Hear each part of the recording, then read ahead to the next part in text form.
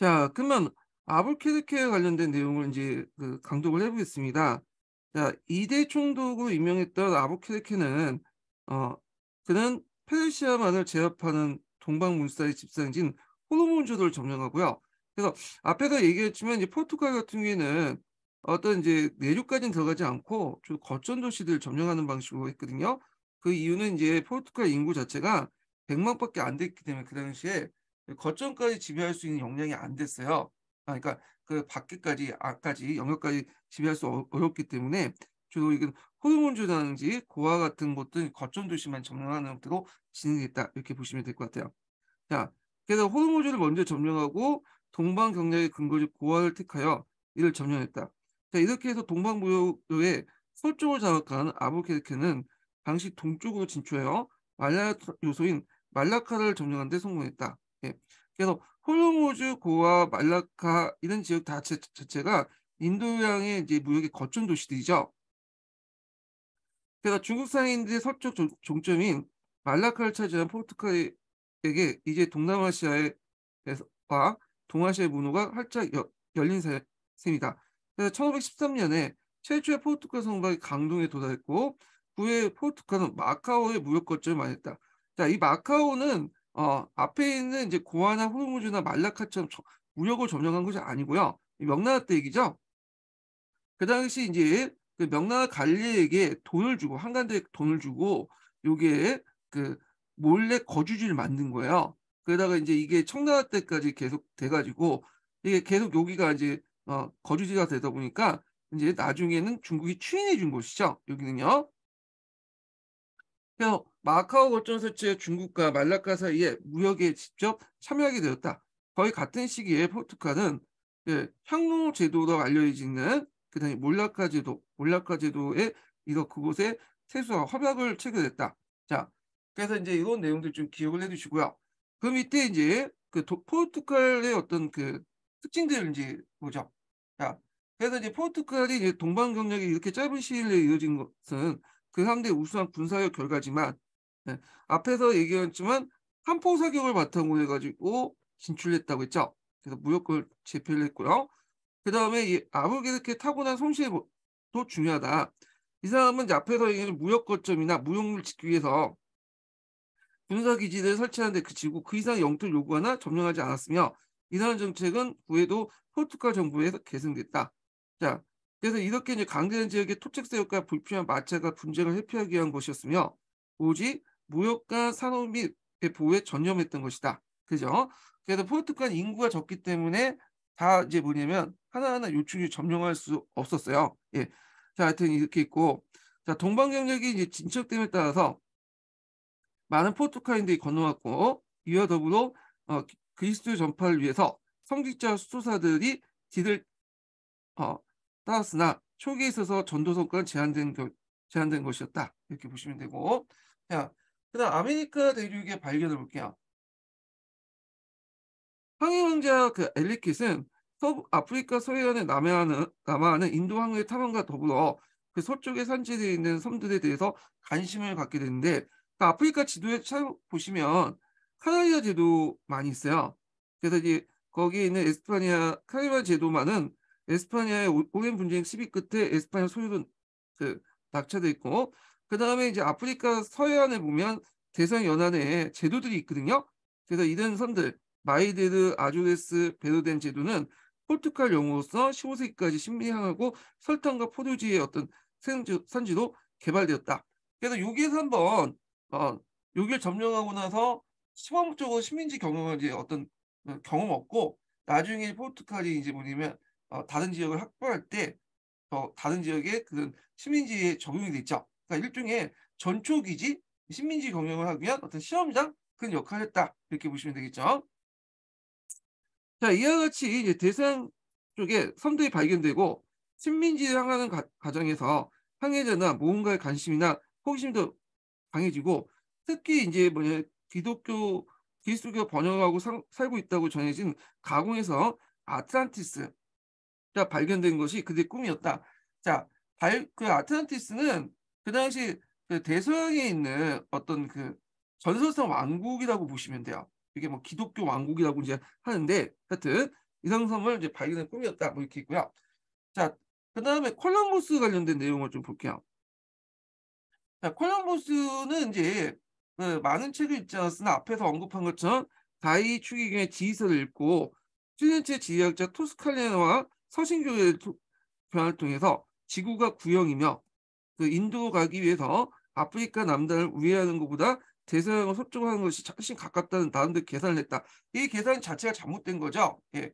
자, 그래서 이제 했는데 앞에서 얘기한 것처럼 이 계산대로 이제 하려고 했는데 그 뭐냐면 인도 발견하기 전에 이미 아메리카 대륙에 도착했고 이 아메리카를 그 당시 이제 콜럼버스는 인도라고 생각했던 것이 다 이런 이유 때문이야. 예. 그래서 이제 이런 것 좀 기억을 해두시고. 근데 처음에는 콜럼버스가 포르투갈에 먼저 제시했지만 포르투갈은 그 당시 이제 디아스에 의해서 인도 항로가 발견됐기 때문에 굳이 확실치 않는 이제 대서양 항로 쪽을 이제 생각을 하지 않고 있었죠. 그래서 그의 경쟁적 입장에 있던 에스파냐의 이사발리아 여왕의 후원을 받아서 에스파냐 이사발리아 찾아서 후원을 해달라니까 후원을 해줬죠.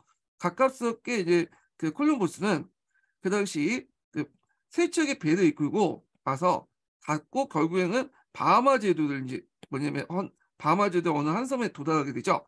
그래서 이제 산살바도르라는 어떤 이름을 지어주게 되고요. 그러면서 이제 그 사람이 이제 그 발견한 섬이 아메리카 대륙의 일부 섬이죠.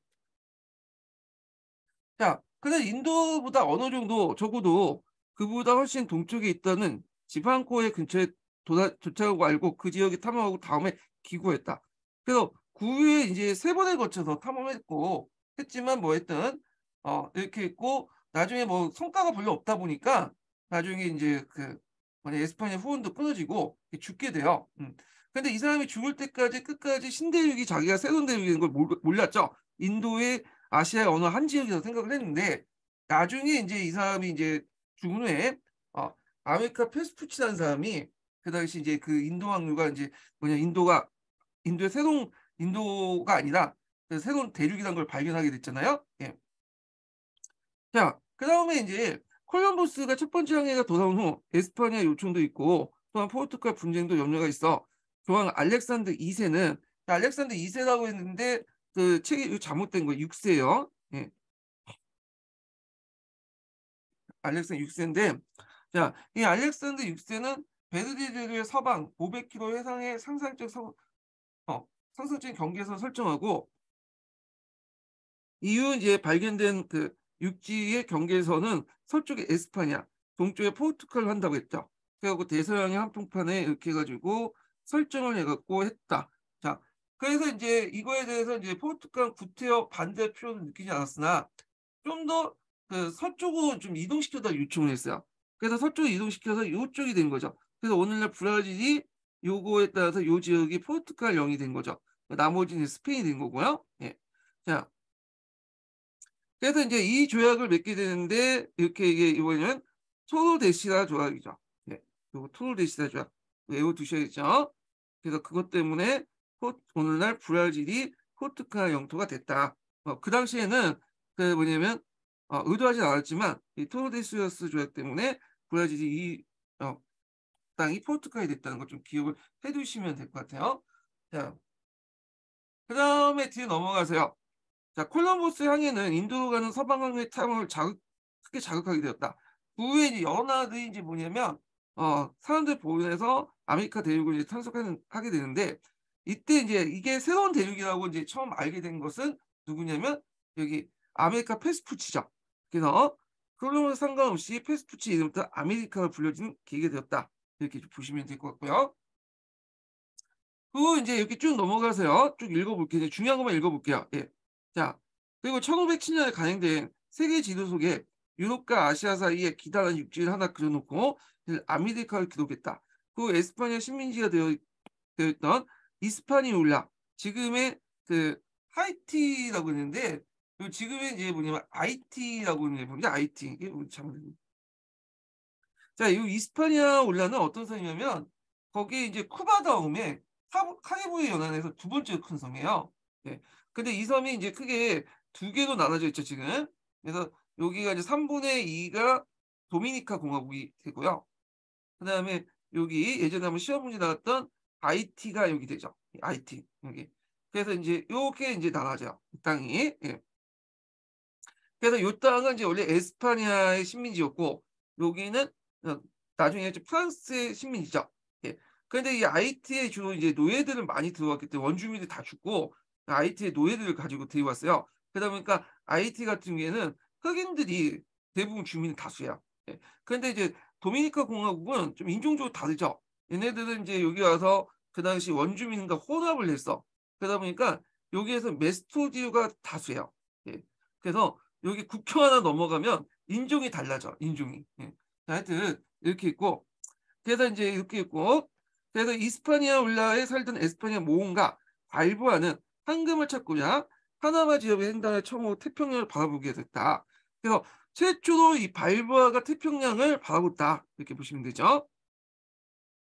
그러니까 발보의 발견은 신대륙의 폭이 이외에도 좁다는 인상을 주었고 이게 이제 신대륙 폭이라는 게 넓죠. 이게 왜 그러냐면 여기 파나마 지역자리 중남미 지역이 좁잖아요. 요것만 보고 얘기하고 있는 거예요 지금. 예. 자 그래서 포르투갈 출신의 마젤란은 베스푸치를 비롯한 남미에 관한 탐험 기록을 검토한 끝에 그는 남단을 돌아 인도로 가는 항로를 발견할 수 있을 것이며 그 과정에 새로 발견된 육지는 토르데시오 조약에 의해서 에스파냐령이 될 것을 믿었다. 그렇기 때문에 포르투갈 후원에 기대할 수 없었던 것을 판단한 그는 에스파냐 후원을 받아 1519년 9월 마제는 5척의 카라반선에 동방무역에 필요한 물건을 싣고 세비야에 출항했다. 그죠? 그래서 이제 그 마젤란의 세계 일주들이 쭉 나와 있는데 이 사람이 최초로 세계 일주를 했죠. 근데 이 사람은 도중에 필리핀에서 이제 원주민하고 싸우고 죽고 결국에는 이제 그 부하들이 이제 간신히 해 가지고 포르투갈 뭐야 스페인에 돌아오면서 인제 그 뭐냐 동방 세계 일주가 끝나게 되는데 그 내용이 이제 여기 적혀 있어요. 그리고 이걸 통해서 이제 뭘 알 수 있냐면 그다음에 진구가 둥글다는 것을 그냥 경험적으로 이제 확인하게 되죠, 이런 것들. 자 그래서 이제 마젤란의 뭐 세계 일주 관련된 내용 한번 읽어 보시고요. 예.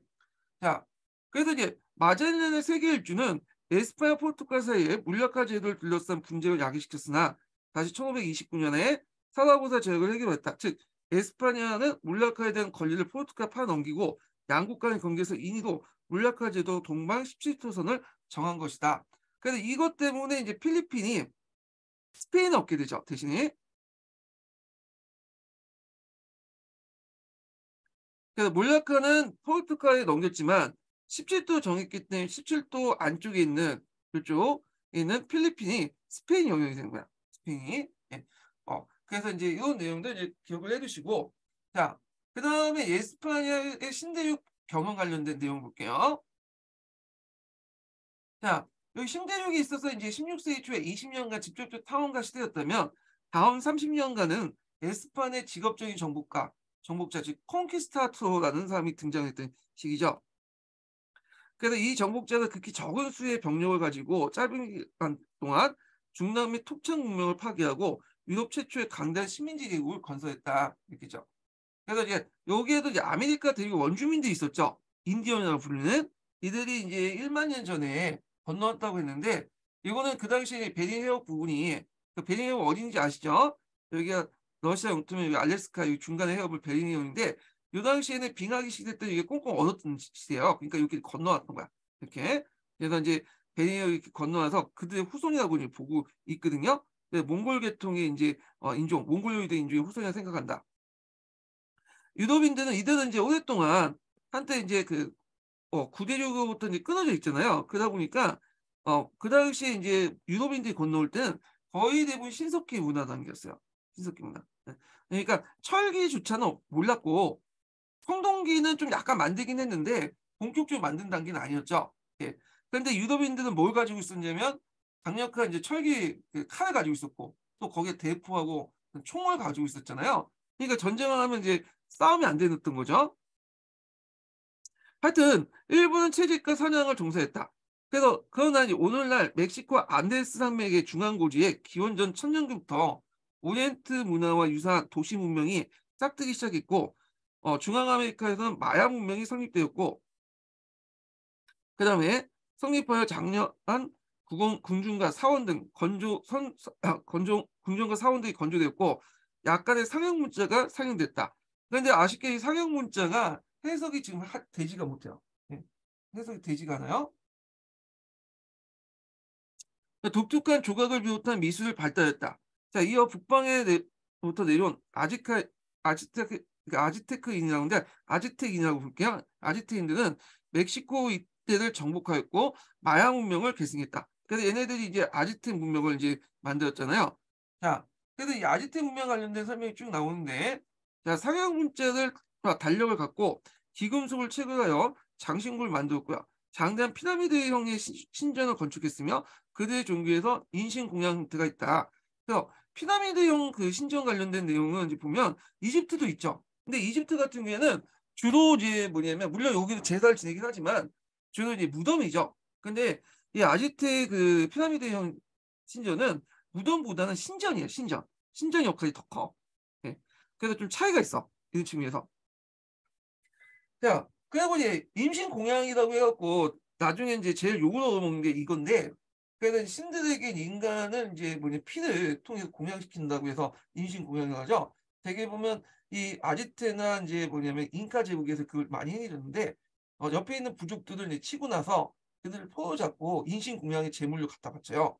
그래서 걔들을 이제 목을 치고 배를 가른 다음 죽인 다음에 또 그걸 모살려서 그것까지 했으면 뭐 이해가 되겠는데, 거길 또 와가지고 이제 시체들 있으면 시체들에서 또 이렇게 사람을 먹죠. 식인풍습이 있었다고 그래요. 그래서 이것 때문에 상당히 뒤에 있는 사람들이 욕을 들게 얻어먹고 야만이라고 이제 낙인을 찍게 되는 건데, 하여튼 인신공양이라는 관습이 있었고요. 지금 페루에는 13세기 이후에 잉카 제국이 성립되었다. 그래서 잉카 제국이 주변의 도시와 강대한 지역을 정복하여 통합하여 태양신을 숭배하는 지배자가 관료와 군대를 거느리고 군림하게 되었다. 자, 이 토착 문화들은 그 문명들은 강계 농업에 의존하게 되었으나 주로 옥수수를 재배하고 보리 종류도 몰랐으며 멕시코의 감자가 생산되었다. 그래서 이 감자가 이제 원래 신대륙에 나는데 구대륙으로 넘어갔던 거죠. 유입됐던 산물 중에 하나였고, 도구는 주로 이제 나무와 석회를 사용했고 말을 몰랐다. 말은 이제 그 당시에 없었어요. 그래서 이거는 신세계에서 이제 그 구대륙에서 이제 건너온 건데, 원래 이제 제가 이제 그 유튜브를 보다가 이 말이 지금 에쿠스라는 종으로 다인화돼 있거든요. 근데 그 에쿠스가 15,000만 전자, 그러니까 베링해을 건너왔던, 그러니까 사람이 건너오기 전부터 말이 그 있었다고 하고요. 원래 원산지가 남미였대요. 근데 사람이 건너오면서 이 말들이 완전히 멸종이 당했다는 거지. 예. 그래서 그 중에 이제 일부가 이제 그 전에 비리니아를 통해 또 거꾸로 구대륙 가면서 거꾸로 이제 말이 이제 구대륙 있고 신대륙이 말이 없어졌다는 거야. 원산지가 그쪽인데. 예. 하여튼 그렇게 있던데 뭐 중요한 건 아니고, 금은 세공 기술이 발달했고 피정부 민족으로 또 공락을 거둬들이고 있었다. 그래서 앞에 이제 잉카라든지 아지트 문명 같은 경우에는 제국주의 정책을 했고 앞에 인신공양 제도가 유지되면서 이런 정복하는 과정에서 막대한 또 그 피정복민들의 어떤 그 원성을 하게 되죠. 그래서 나중에 이제 그 백인들이 왔을 때 이들과 손을 잡고 이제 뭐냐면 아지트나 페르의 그 잉카 제국의 핵심부를 공격을 하는 어떤 배경이 되는 거죠. 자, 1520년 이전에 그 서인도 제도의 대부분 큰 섬은 개발되어 수많은 에스파니아 이주됐고, 그 앞에서 얘기한 것처럼 이스파니아와 쿠바가 그 중심이었다 했겠죠. 네.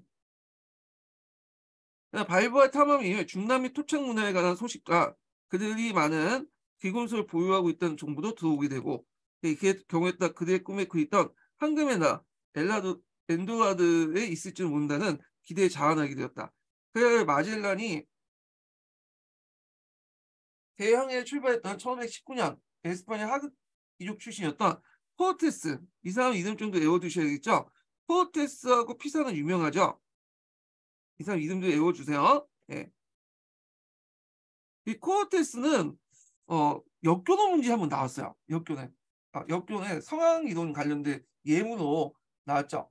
그래서 이 사람은 이제 그 소수의 병력을 이끌고 멕시코를 정복을 나갔으며 1521년에 이 아즈테크를 이제 정복을 했죠. 아지트 문화를. 그리고 그 부하들은 중앙아메리카 마야 지역에 잔인하게 점령했다. 뭐 이렇게 있고, 자, 잉카 제국의 정부보다 더 간단했다. 그래갖고 그 정복은 더 간단했다. 그러니까 여기 아직대 정복 같은 경우는 그래도 어느 정도 피 날리고 정복했는데 잉카는 쉽게 정복했어요. 그래서 이때 이제 피사르 사람이 코어테스보다 더 적은 병력을 이끌고 그 당시 잉카 제국을 이제 했는데 이때 잉카의 제국들은 분열돼 있었어요. 막 내분진이었고 거기에다가 이제 그 잉카 제국에 대한 어떤 제국주의 정책에 불만을 갖고 있는 그런 피정복민들 있잖아요. 이들과 연합을 해갖고 쉽게 점령을 할 수 있었죠. 이것도 무기도 빈약했고. 예. 자, 그래서 이제 이런 식으로 해갖고 이 지역을 점령했다는 걸 좀 기억을 해주시고요. 그래서 1550년경에 아즈테크와 잉카의 토착 문명은 완전히 파괴되고 중남부 일대에 거쳐서 강대한 지역에 에스파냐 식민지가 건설되었다. 이렇게 있어요. 자, 그럼 계속 또 볼게요. 자, 이런 새로운 식민지는 에스파냐 왕국과 별도로 국왕에게 직속하고 이의 통치를 위해 별도의 왕실 레이가 마련되었다. 현지에서 국왕이 임명하는 총독과 지방장관이 행정의 책임을 지고 도시와 지방의 자치적인 기구가 뭐냐면 설치됐다.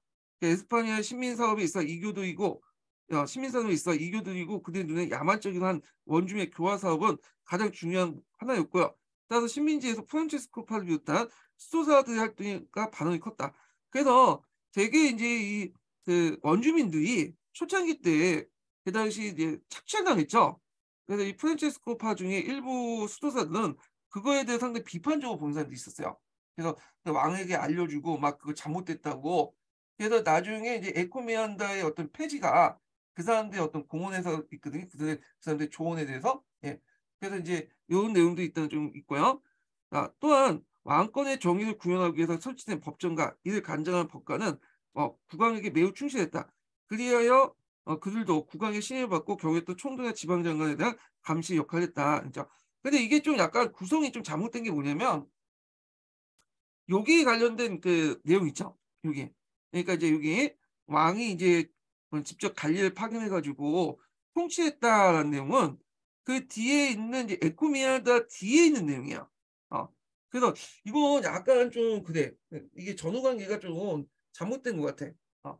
그래서 이제 에코미안다를 이제 실시할 때 내용이 아니에요. 예.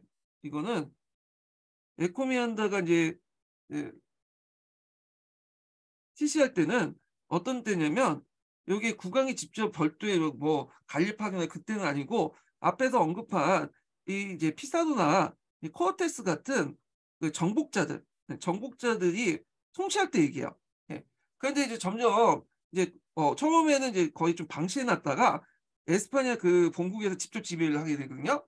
그래가지고 그때 이제 뭐냐면 아, 에코메안다의 폐지를 하고 그리고 인디아 쓴 신법을 공표해요.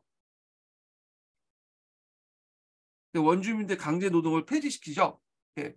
그래서 이제 이런 내용인데, 그래서 이제 이거는 이제 그 뒤에 얘기야. 이때 이제 뭐냐면 그 앞에서 얘기한 국왕이 임명한 총독과 지방자의 행위 이런 내용이 있거든요. 근데 이게 좀 뒷부분에 설명해야 되는데 여기에서는 이게 뭐냐면 앞부분에 이걸 예, 설명해 놓고 했어. 이게 그 에코미아드 당시 그 정복자의 통치 방식은 뒤에다 설명했고 선후 관계가 이거 좀 잘못됐어. 이 부분은 예. 하여튼 계속 읽어볼게요. 그래서 요거는 에코미안다 내용 뒤에 있다. 그 왕이 직접 갈릴파견에서 통치한 건 뒤에 얘기예요. 에코미안다 뒤에. 예. 자, 그래서 이제 계속 읽어보면 식민 통치에 있어 가장 어려운 문제는 원주민에 관한 것이다. 자, 이에 대해서 이제 에스파냐 정부는 형식적으로 간대하고 인도주의적 태도를 취했다. 즉, 원주민은 국왕의 직접적인 신하로서 신민이죠. 자유는 노예할 수 없고 그리고 토지와 재산을 항해하면 에스파냐 법적에 제소할 수 있다고 하였다. 이렇게 했죠.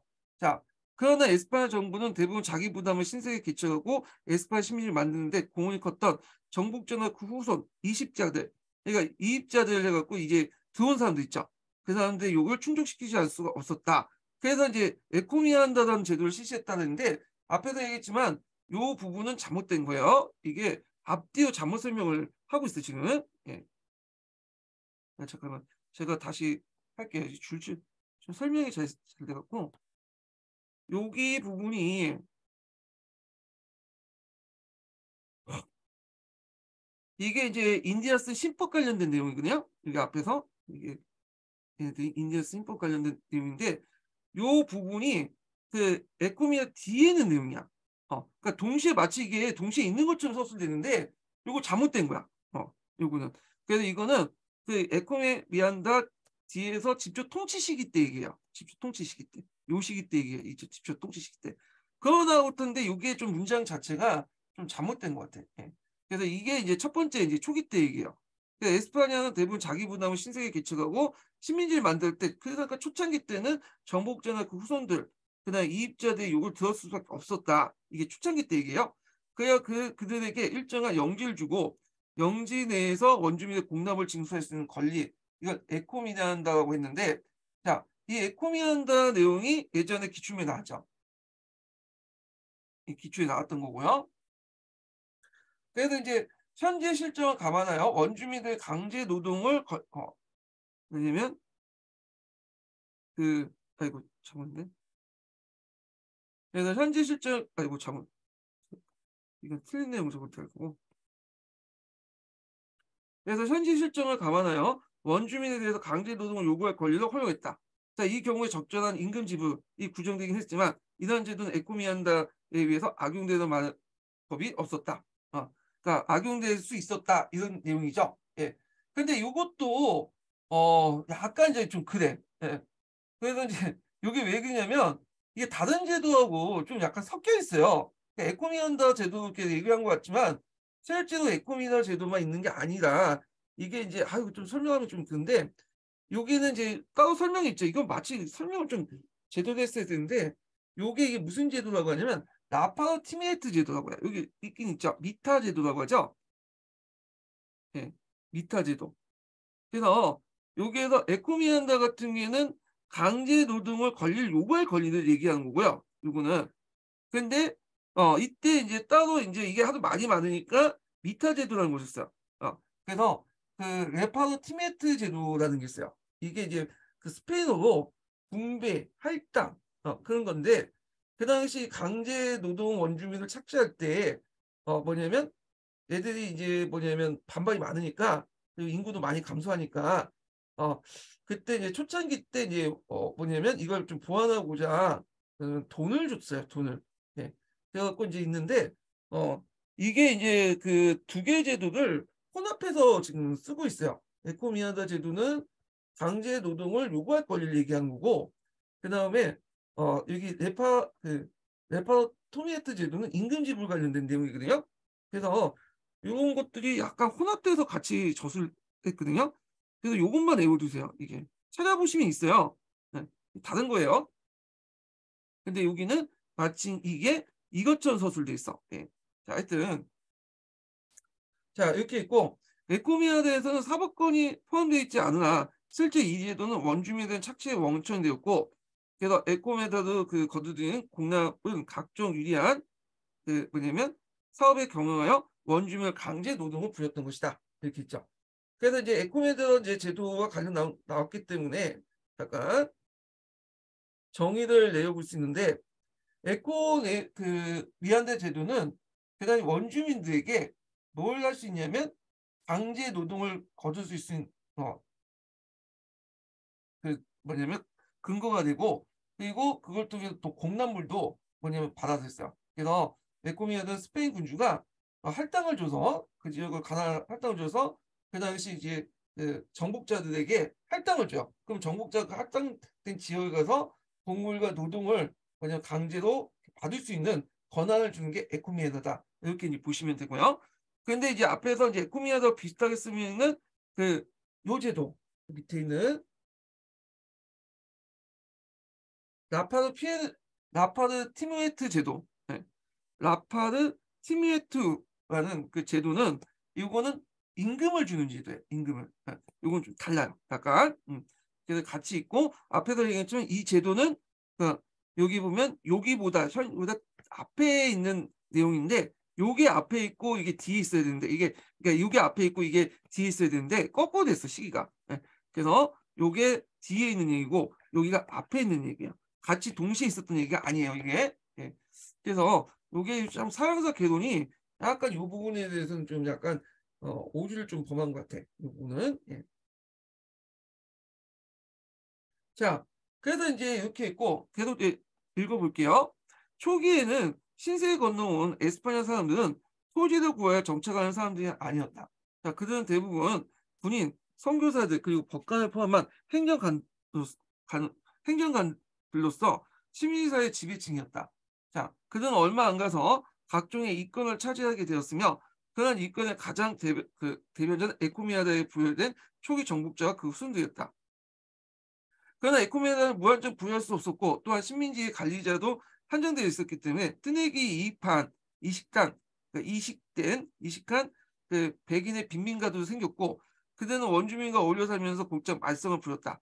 많은 이식자들은 빈부에 강릉하고 원주민의 여인들 아내 삼았고 근데 여기 이식자 외에도 가난한 백인 외에도 그 당시 지배층도 원주민을 아내 삼았어요. 왜냐하면 애들 가족 단위로 온 게 아니라 남자들만 좀 홀려왔기 때문에 원주민들하고 많이 짝짝꿍이 돼 있어.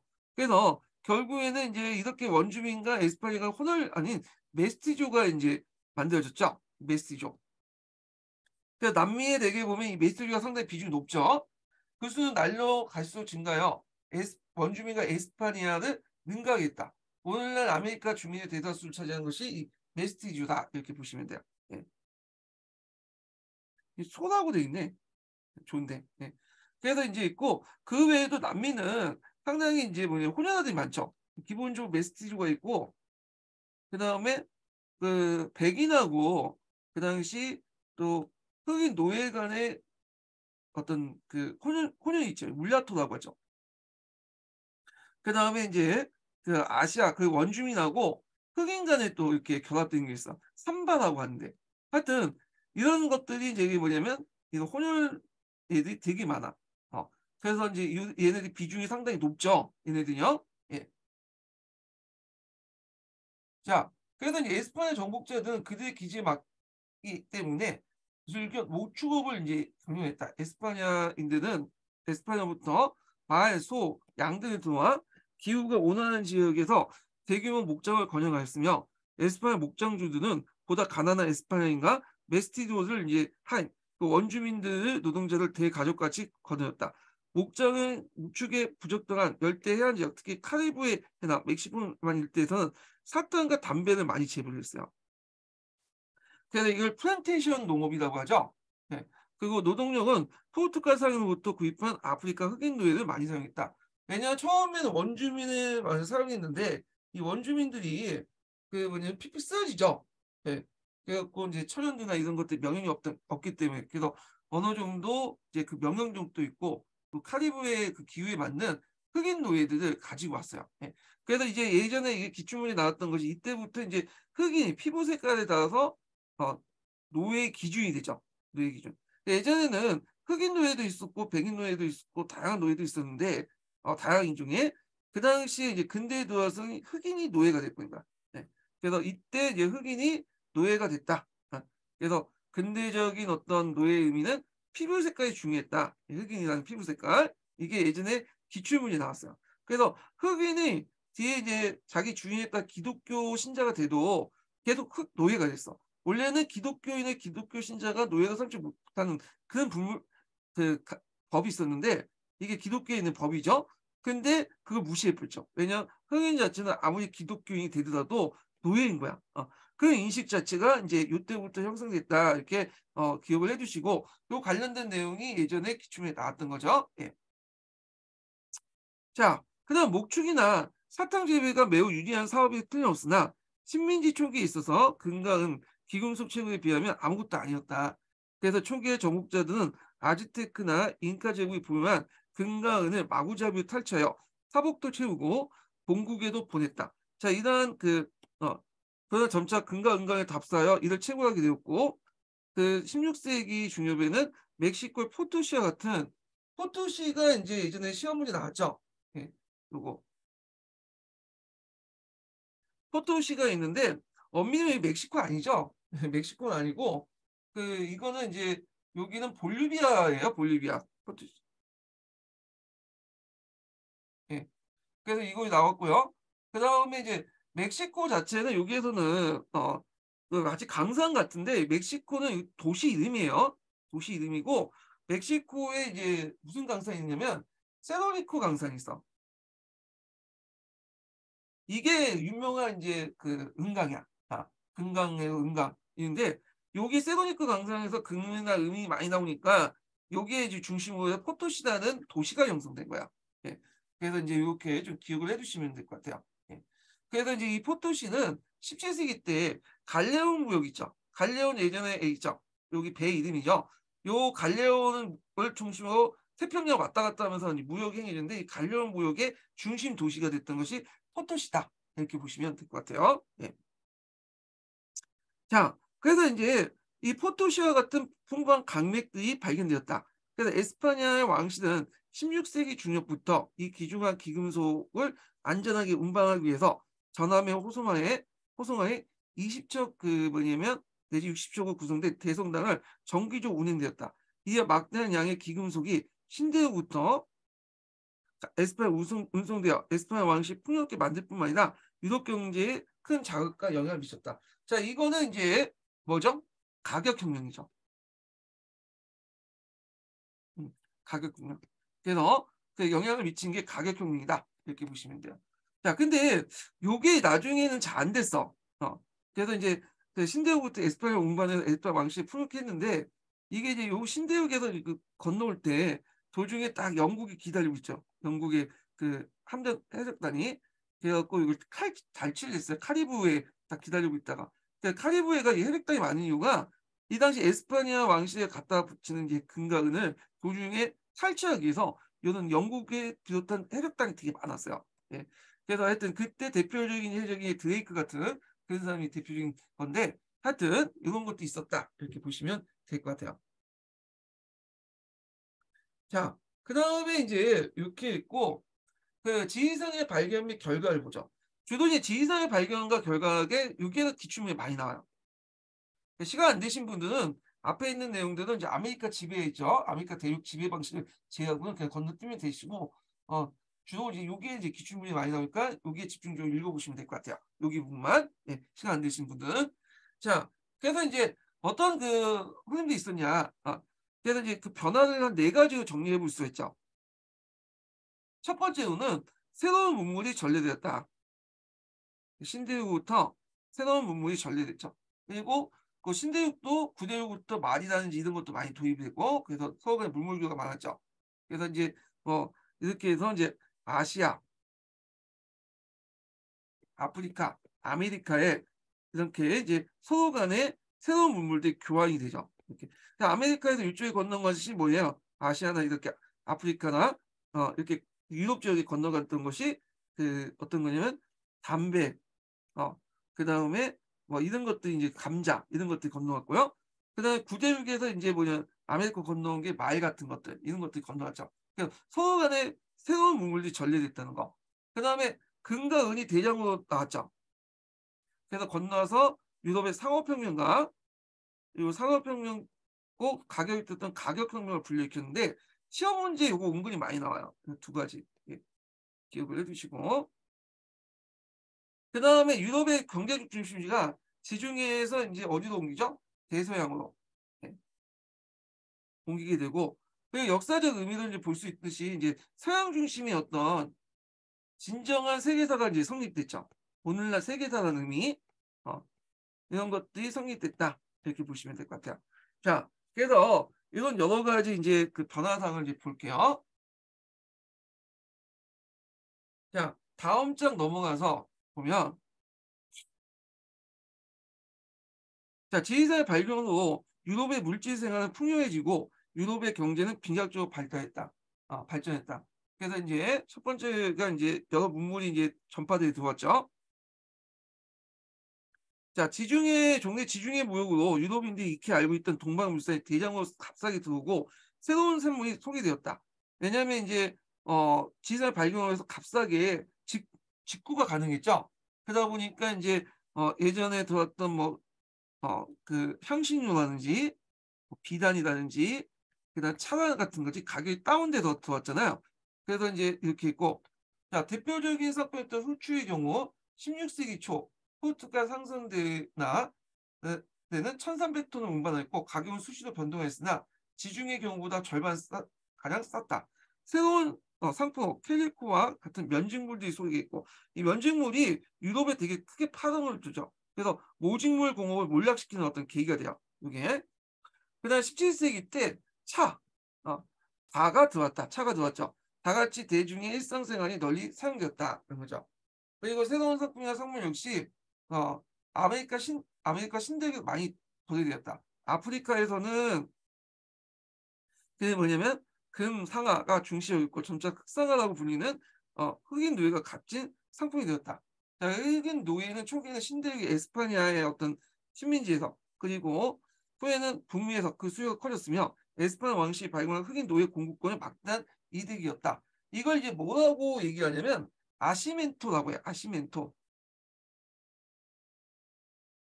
이게 아마 스페인 말 같은데, 그래서 이제 흑인 노예 공급권은 이제 있는데, 이 흑인 노예 공급권은 원래는 이제 에스파냐가 갖고 있다가 위트레트 조약 때 영국으로 넘어가요. 영국으로. 예. 그래갖고 이제 이렇게 있고, 자, 신대륙에서는 사탕이나 옥수수, 감자, 코코아, 담배 등이 들어오게 되어 우주민들의 식생활과 일상생활에 큰 변화를 일으켰다. 그래서 이제 뭐 옥수수, 감자 이런 것들은 구황작물도 유명하죠. 예. 그리고 이제 막대한 이제 그 특히 막대한 양의 금과 은의 유입은 유럽 경제에 큰 영향을 미쳤다. 그래서 16세기 초에서 기준으로 한 1세기 동안 물가가 2배 내지 3배 더 안 들어가는, 이거 뭐 가격혁명이 일어났다. 요거 예전에 한번 시험 문제 나왔던 거죠. 가격혁명. 그래서 이 가격혁명해 가지고 이제 그때 그 금과 은이 이제 도입되면서 인플레이션이 있었잖아요. 그 인플레이션 때 어떤 계층이 타격을 주고 어떤 계층이 유리했는가, 이게 예전에 기출문에 나왔어. 예. 자, 이 가격 경영으로 고정된 지대 수입을 생각했던 지주와 임금 노동자는 큰 타격을 주는 한편 상인이나 생산업자, 신흥 자본가들에게 유리하게 작용됐다.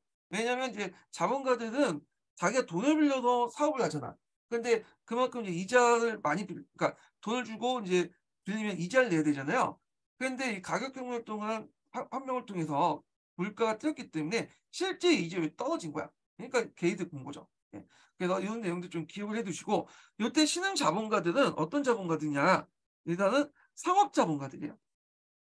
이 당시 상업혁명도 같이 일어났죠. 그래서 상업 자본가들이 큰 이득을 봤다. 상업 자본가들은 나중에 좀 더 설명할 텐데, 이들은 자본 형성은 유통을 통해서 뭐냐면 막대한 이득을 챙긴 거죠. A 지역에서 B 지역으로 물가 차를 이용해서 물건을 수송하는 과정에서 막대한 이득을 챙기는 것이 상업자본거든요.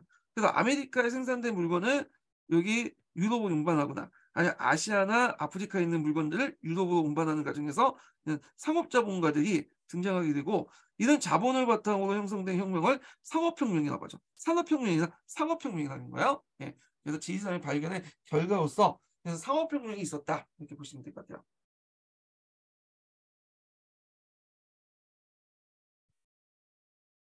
자, 그다음에 금융의 유입이나 새로운 산물의 도래, 그리고 보다 대중적인 새로운 상품의 등장 등에 못지않게 장기적인 관점에서 유럽 경기에 결정적이 중요한 것들은 그 유럽 상인들이나 그다음에 제조업자에 의해 강대한 새로운 시장의 추진이었다. 이게 이제 무슨 상업으로 이제 연결되냐면 상업혁명이 배경이 되죠. 그래서 그다음에 강대한 새로운 시장은 어디겠어요? 일단 많죠. 아메리카 기본적으로. 네. 그다음에 인도나 중국 같은 아시아 시장이죠. 특히 인도와 중국의 아시아 시장은 상당히 어마어마하게 크죠. 예. 그런 것들이 이제 뭐냐면 유럽의 어떤 큰 경제적인 변화를 불러일으켰다, 그런 거죠. 자, 그래서 거대한 이제 산업 시장의 출현과 그다음에 그것이 끊임없는 확대는 유럽 상인과 제조업자에게 전략적 자극과 기회를 제공하였고, 유럽 경제의 비약적으로 발전시키게 되었다. 그래서 새로운 부와 자본이 축적되고 새로운 근대적 기업 형태인 주식회사가 나타났고 있겠는데, 주식회사라는 것은 신앙의 발견과 깊은 의미가 있어요. 왜냐하면 처음에는 앞에서 말한 것처럼 왕이나 이런 사람들이 뭐냐면 지원해 줬잖아요. 근데 신앙의 개척 과정에서 배가 이제 빈번하게 출현하니까, 자, 이 배들을 다 왕들이 만들어 가지고 지원해 줄 수 없어. 물자도 공급해 줄 수 없고. 예. 국가 차원에서 해 주긴 했지만 한계가 있죠. 그러다 보니까 이제 개인들이 돈을 모아 가지고 뭐냐면 주식회사를 만들어요. 그래서 주식회사 만들어 놓고 그걸 바탕으로 해서 이제 배라든지 그다음에 거기 가는데 탐험로에 필요한 어떤 비용이라든지 운송비를 다 대거든요, 이 주식회사가. 그리고 나서 그 결과물을 가지고 와서 만약 그렇게 해서 돌아와서 인제 뭐 여러 가지 상품들 가지고 와서 인제 유럽에 가져와서 팔면 그 이득이 될 거 아니에요. 그 이득을 주식에 따라서 분배를 하는 거야. 그러니까 이 주식회사는 개인이 돈 가지고 부족하니까 여러 명이 모여 가지고 회사를 만들어 갖고 주식을 가진 사람들이 여러 명의 회사를 만들어서 그 이득분 주식회사에서 인제 챙겨서 가져온 이득분을 주식에 따라 나눠 주는 그런 제도에서 주식회사가 등장을 했다. 이렇게 보시면 될 것 같아요. 그리고 금융업도 보다 합리적인 체계를 갖추게 되었다. 그리하여 동적이고 세계적인 규모의 자본주의 체제에서 본격적으로 발전하게 되고 그때 시민 계급들이 인제 무럭무럭 자라게 되는데 이 시민 계급들은 이제 보통 상업자본가들이라고 하죠. 산업자본가가 아니라 상업자본가. 예. 유통을 통해서 이득을 챙기는 그런 상황인데 그 일부 역사가는 16 세기 이후에 이런 상업사의 큰 변화과 이를 바탕으로 새로운 유럽 경제의 비약적인 발전을 무슨 혁명이라고 하냐면 상업혁명이라고 해요. 예. 요렇게 좀 기억을 해 주시면 될 것 같아요. 예. 자 그리고 요렇게 있고 여기는 없지만 여기에서 인제 단어적인 길드가 해체됐다고 했거든요. 길드가 왜 해체됐냐 하면 일단 금과 은이 많이 유입돼 있잖아요. 그러면 상품 수요에 대한 욕구가 많아지죠. 근데 종전에 길드 가지고는 그걸 수용할 수가 없어. 폐쇄적이기 때문에 생산에 한계가 있잖아요. 그러다 보니까 인제는 주로 어디에서 생산하면 길드에서 빠져나간 그 직인들 중심으로 한 그 뭐냐면 농촌 수공업이 있어요. 이 농촌 수공업에 그 당시 자본가들이 돈을 줘요. 그래서 선대제 형식으로 이렇게 돈을 주고 물건을 생산하죠. 그러면서 여기가 발달되면서 도시 안에 길드 체제가 붕괴됐다 이렇게 보시면 돼요. 예. 그래서 요런 내용들 좀 기억을 해 주시고 자 그리고 인제 있고 그 뒤에 부분은 인제 유럽의 중심지가 바뀌었다. 그래서 그 당시 지중해 지역이 아니라 대서양 연안 지역으로 바뀌었다. 이렇게 내용인데 한번 읽어 볼게요. 자, 제2사의 발견 후 얼마 안 돼서 이탈리아 도시와 그들과 밀접한 경제 관계를 맺고 있는 남부 독일 도시, 그리고 북부 독일의 한자 도시들이 쇠퇴했고, 그래서 이 한자 도시들, 이탈리아 도시들이 이때 제2사의 발견 후에 쇠퇴했다. 그래서 있고, 그 다음에 이제 경제 번영의 중심이 대서양 연안으로 바뀌죠. 그래서 포르투갈과 리스본과 에스파냐 세비야로 이동했다. 그리고 그 포르투갈 에스파냐의 경제 우월과 번영도 얼마 안 돼서 네덜란드, 영국, 프랑스로부터 도전을 받게 돼요. 그리고 중심 지역도 다시 네덜란드 그 연안에 있는 도시들 아니고 다시 옮기게 되죠. 예. 그 영국이나 자 그다음에 끝으로 지적할 것은 장기적으로 볼 때 지리산의 발견은 그 세계사적인 거대한 전환점이 형성됐다. 그래서 유럽 중심의 어떤 세계 체제, 진정한 의미의 세계사 이렇게 형성됐다고 보시면 돼요. 자 이로 말미암아 종전까지 비교적 서로 고립하여 독자적인 문화와 역사 발전의 길을 걸어왔던 국가와 지역이 이제 직접적인 접촉을 통해서 밀접한 역사적 연관성을 갖게 됐고 그것이 날이 갈수록 확대되어 우리가 오늘날 보는 것 같이 참된 의미의 세계사가 계기가 되었다. 그래서 세계사 교과서도 이렇게 구성이 있죠. 그러니까 제2사를 발견 이전까지는 주제별로 구성이 됐잖아요. 근데 이후부터는 어떻게 돼요? 예. 그래서 이렇게 유럽 중심으로 주제별로 구성이 돼요. 그래서 제가 말 잘못했네. 그러니까 제2사 발견 이전까지는 문화권별로 이렇게 구성이 됐죠. 근데 제2사 발견 이후부터는 주제별로 특히 이제 서양에서 일어난 큰 변화적 흐름을 가지고 설명하잖아요. 그러니까 이 16 세기 이전과 이후에 어떤 세계사 내용 조직 방법의 차이가 연결돼 있어요. 예. 자 그래서 이제 지구상의 모든 민족과 지역을 포함한 세계사 성립과 발전에 있어 유럽은 주도적인 역할을 담당하게 되었으며 그다음에 19 세기까지 세계사의 흐름은 유럽의 일반적인 팽창과 침략의 역사로 해도 과언이 아니다. 그래서 신대륙에서 토착 문명이 완전히 파괴되고 유럽 문화가 고스란히 이식되었으며 아시아 여러 나라들도 홍수처럼 밀려오는 그 유럽의 상인과 선교사 그리고 그들이 갖고 오는 유럽 문화에 격심한 진통을 겪게 되었다. 이렇게 있죠. 자, 그래서 이제 이렇게 해서 이제 그 서양사 개론에 있는 지리산의 발견 관련된 내용이 있고 서강자에도 관련 내용이 있거든요. 그래서 서강자 내용은 좀 나는 읽고 넘어갈게요. 이게 약간 서계에 관련된 내용을 좀 보충하고 좀 약간 그 서계 잘못된 내용 있죠. 그 반미 식민지배 관련된 내용을 좀 좀 더 약간 더 세부적으로 좀 말을 해주고 있어갖고 요 관련된 내용을 한번 보겠습니다. 자, 216페이지 펴보세요.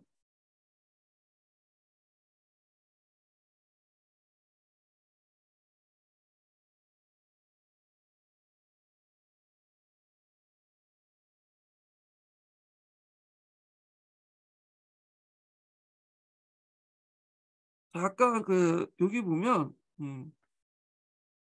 여기 213페이지에 여기 대항의 동기라는 곡이 있는데 이거는 읽어서 좀 괜찮을 것 같은데 이거는 굳이 시험 문제 안 나올 것 같아서 그냥 건너뛸게요. 이 부분은요. 예. 그래서 항해 기술 발전도 앞에서 얘기한 것처럼 카라반성이나 이렇게 이런 그 범선대 발전 과정을 적어놨더라고요. 근데 이건 기술적인 문제이기 때문에 굳이 이것까지 읽을 필요 있나? 예. 건너뛰고 여기부터 한번 읽어보겠습니다. 예. 이 포르투갈 해상제국 발전 읽어볼게요. 이게 몇 페이지야? 200, 300, 221페이지인가요? 예. 221페이지 같은데 이게 221페이지 볼게요. 자, 이베리아인들이 본격적으로 아시아 아메리카 대륙에 나서기 전에 그들의 발길을 붙잡는 것은 동서양 제도인 카나디아 제도, 마달리아 제도, 아주레스 제도, 카보바르데 제도입니다. 그러니까 이 섬들은 이제 여기 지도에 보시면 여기 유럽이 있고 에스파냐 스페인 있고 여기 아프리카 쪽에 대서양에 있는 이쪽 쪽의 섬들이에요. 예. 자, 이 제도들은 이베리아인들에게 장차 대서양 횡단을 위한 디딤돌을 제공할 뿐만 아니라 여기 보면 신세계를 시행할 수 있는 정책을 시대본 시험장 역할을 했다. 여기에서 한번 굴려보고 나서 그 다음에 그 포르투갈인들이 다른 지역에서도 똑같이 이제 이걸 했던 거죠. 식민 지배를. 그래서 1425년에 포르투갈 식민지가 된 마다이라 제도에서 적합한 토양과 기후, 그 다음에 제나베인들의 기술적 재정적 도움, 아프리카에 들어온 노예 노동력 토대로 설탕 생산이 자리 잡았으며 포르투갈인들은 설탕과 아프리카 노예 노동력 결합 이걸 이제 그 농장역 때 그 무슨 농장이라고 하죠? 갑자기 생각이 안 나네. 플라테이션 플레이테이션 이거 갑자기 생각이 안 난다. 나중에 얘기할게요. 생각이 갑자기 안 났어. 예. 자, 하여튼 그 아프리카와 이런 그 설탕과 이제 노예 노동력 결합이라는 것을 브라질의 식민화 될 때까지 그대로 적용됐다. 그래서 그 브라질 식민화할 때 그대로 적용됐다는 거. 플랜테이션 농업이죠. 플랜테이션 농업. 자, 하여튼 이런 것들 이미 여기 때부터 이런 섬들 중심으로 한번 하고 나서 브라질에 적용됐다. 이 내용이요. 자, 그 15세기 초에 카스티아에 의해 정복된 카나다 제도 역시 에스파냐인들이 아메리카에게 이식하게 된 제도들을 그 시험해보는 시험장이 되었다. 왕은 원정대전과 개별적으로 계약을 체결하고 그들에게 특정 지역에 대한 탐험 및 정복의 권리를 허용했으며 이들 콘키스타투로라고 하죠. 그 산업이 성공하면 그에게 상당한 지배권과 특권을 부여했는데 이후에 콜럼버스, 프란시스코 피사도를 비롯한 주요 원정 대장을 가 맺은 계약 내용도 계약과 내용과 같은 형식이 같았다. 그러니까 이렇게 이제 그 주요 원정 대장과 맞은 계약과 내용과 계약과 계약의 내용과 형식이 같았다. 계약의 내용이죠.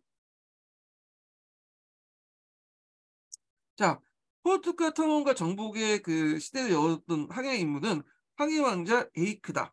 예, 에이크. 에이크가 이제 교과서에도 나와요. 여기 보면 교과서 일부 교과서에 이런 그 동상들 있죠. 그래갖고 500주년 기념을 세우니 발견의 탑이라고 해가지고 범선에 있는데 범선 앞자리에 있는 사람이 에이크고 여기에 보면 이제 그 뒤에 있는 사람도 있는데 여기 보면 지리학자도 있고 뭐 천문학자도 있고 선교사도 같이 있어요. 예.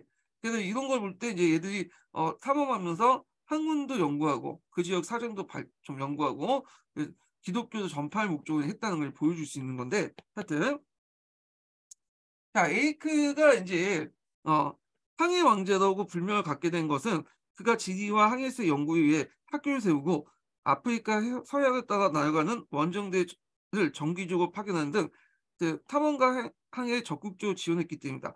그러나 1460년 에이크 왕자 사망할 때까지만 해도 포르투갈 항해의 주요 목적은 아프리카 탐험이나 아프리카 자원 개발이에요. 그러니까 앞에서 말한 것처럼 그 아프리카의 이제 자원들이나 노예들 있지 이런 것들을 얻기 위한 것이었지 서양로 개척은 아니었어요. 근데 우연찮게 계속 남쪽은 하다가, 그러니까 뭐 노예나 금 같은 걸 막 찾아가다가 우연찮게 심왕봉을 발견했고, 심왕을 발견하니까 인도 항로가 있다는 걸 알게 된 거야. 이때부터. 그래서 이제 아시아 항로 개척은 그 후의 일이었다. 자, 포르투갈의 항해 왕자가 죽고 나서 한동안 추춤거렸다가 1470년 앙포스 5세의 즉위와 함께 더욱 역동적으로 추진되어 1487년에 바르톨로 디아스가 아프리카 남단 시망봉을 이뤘다. 디아스는 시망봉에 도달할 뿐만 아니라 아마도 그걸 돌아서 아시아 가는 최선의 방법, 그러니까 그냥 해안선에 따라 곡장 내려가는 것이 아니라 바다로 아프리카 남단을 둥글게 해양하여 인도양을 가는 방법을 발견한 걸 보인다. 그래서 이건 추측인 것인데, 그러니까 그럴 것이다라는 거죠. 여기까지 발견했으니 요렇게까지 올라갈 수 있는 인도양을 발견했다. 그래서 이제 아마 요거를 발견할 거야 추측을 하고 있는 거죠. 예. 자, 하여튼 1497년 드디어 바스코 다가마가 실제로 이제 이 인도양령을 간 거는 바스코 다가마예요. 그래서 시망봉을 통한 동아프리카 해안 따라 올라가 올라가 이 말한다인가 밀란다인가 모르겠네. 예, 말린다에서 인도양에 행하는 인도 서양 캐리커를 이제 뭐냐면 어, 상륙했다. 자, 이로써 이제 바다를 통해 유럽과 아시아에 있는 가교가 마침내 항구로 개설됐으며, 이제까지 유럽을 통해 간접적인 방식으로 소규모로 교류했던 유럽과 아시아가 이제 해로를 통해서 직접적 대교를 교류할 수 있다 이렇게 있는데, 이게 의미 있고요. 근데 이거는 전형적인 유럽인들 시각에서 보는 의미고, 교과서에 보면 이미 이 항로는 뭐냐면 인도양이 알고 있었어. 이쪽 동부해안 항로, 이쪽 지역 항로는. 그래서 인도인들은 이제 여기까지 알고 있었고, 서양인들이 요걸 이제 뭐냐면 여기까지 개척하고, 실제 요 항로는 예전부터 알고 있었으니까, 그래서 여기 아마 여기 항로를 얘기한 게 아니라 요렇게 개척한 거, 여기에서 여기까지 개척한 걸 의미를 얘기한 것 같아요. 여기는 서양인들 입장에 따라서. 근데 요쪽 항로는 이미 인도양 쪽의 항로는 이미 아랍인들이나 인도인들 알고 있었던 항로예요. 이거는 나중에 뒤늦게 창안했던 거죠. 그거는. 자, 하여튼 그래서 이제 이는 유럽인들의 일상과 경제 생활에 큰 변화를 가져올 뿐 아니라 세계사 흐름의 극적으로 바꿔놓은 세계사적인 의미를 가진 항해가 되었다. 이렇게 있죠. 자, 그 다음에 이제 이쪽 건너뛰고 대가마 이제 대가마 대가마가 이거 좀 크네. 바스코 다가마 나오죠. 바스코 다가마의 항해가 있고 나서 50년이 채 지나지 않아 포르투갈인들은 이 인도양 무역을 주도권을 장악했다. 자, 주도권 장악한 이유를 두 가지 얘기했죠. 이때 첫 번째가 한포를 이용해서 그 당시 아랍인과 인도 배들을 제압을 했고, 두 번째가 이제 거점 지배 형태를 갖고 했다. 이렇게 보시면 되겠죠. 자, 이 점에서 앙포스 대 알부케르케는 이제 그 포르투갈 아시아 해상 제국의 설계자라고 할 만하다. 그의 재임 기간 동안 포르투갈의 해상 제국 건설은 역동적으로 추진되었다.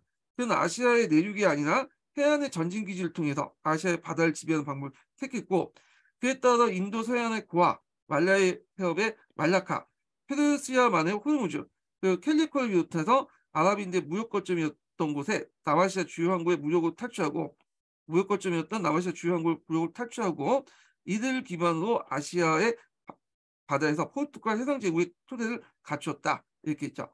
자, 포르투갈 아시아 제국의 제국을 건설 가능한 결정적 요인은 무역에 의한 우위였다. 그래서 앞에서 이제 한포를 이제 뭐냐면 배치시켜갖고 한포를 통해서 배를 이제 겹친시키는 방식으로 이제 나갔다고 했죠.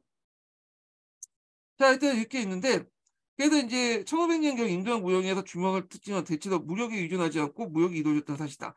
자, 인도양의 모든 항구 도시들은 성벽을 쌓지 않고 무역 요새를 건설하지 않았다. 그 인도양에서 포르투갈은 무역으로 이 지역의 가장 큰 특징이 평화로운 항해 시대를 한순간에 파괴해버렸다. 그리고 그 무력은 포르투갈에 인해서 아시아에서 바다로 나가는 막강한 영향력을 행사할 수 있었다. 이렇게 보시면 될 것 같아요. 그러나 여기에서 이제 그 한계가 좀 보여. 그 앞에서 포르투갈이 거점을 점령했다고 했죠. 근데 앞에 이런 것이 여러 가지 이유지만 거점 점령 방식이 이제 인구가 적기 때문에, 포르투갈 인구가 100만밖에 안 되기 때문에 내륙까지 점령하지 못했잖아요. 예. 그래서 이런 것들이 좀 한계가 있어. 예. 그래서 그렇기 때문에 쉽게 정복할 수 있지만 토대가 약하죠. 왜냐하면 그 주변을 다 장악했는데 거점만 지배했잖아. 그러다 보니까 이제 나중에는 밀리게 돼요. 영국이나 프랑스, 네덜란드 그런 사람한테 밀리게 되는 거죠. 예. 자, 하여튼 요 내용들 좀 볼게요. 그러나 포르투갈 16세기 동안 인도양에서 큰 영향을 행사하긴 했지만 결국 인도양 무역을 완전히 장악과 독점하지 못했다.